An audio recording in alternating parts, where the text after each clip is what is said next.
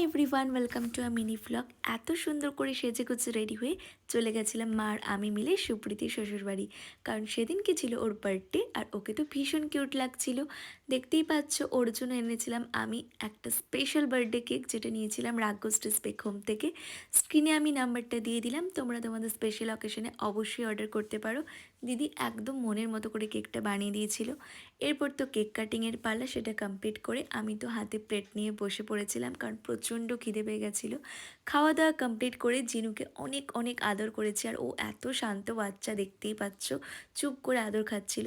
রাতে ডিনারে ছিল ফ্রাইড রাইস, চিকেন কষা, ফুলকপির তরকারি, চাটনি, অনেক কিছু। খেতে খেতে আমাদের প্রায় 10:30 বেজে গেছিলো। বার্থডের দিনটা আমরা সবাই মিলে খুব সুন্দর করে কাটিয়েছিলাম। মিনি ব্লগটা ভালো লাগলে চ্যানেলটা প্লিজ সাবস্ক্রাইব করে দিও। এই দিনে বড় ব্লগ কিন্তু অলরেডি চ্যানেলে আপলোড আছে, চাইলে দেখে আসতে পারো।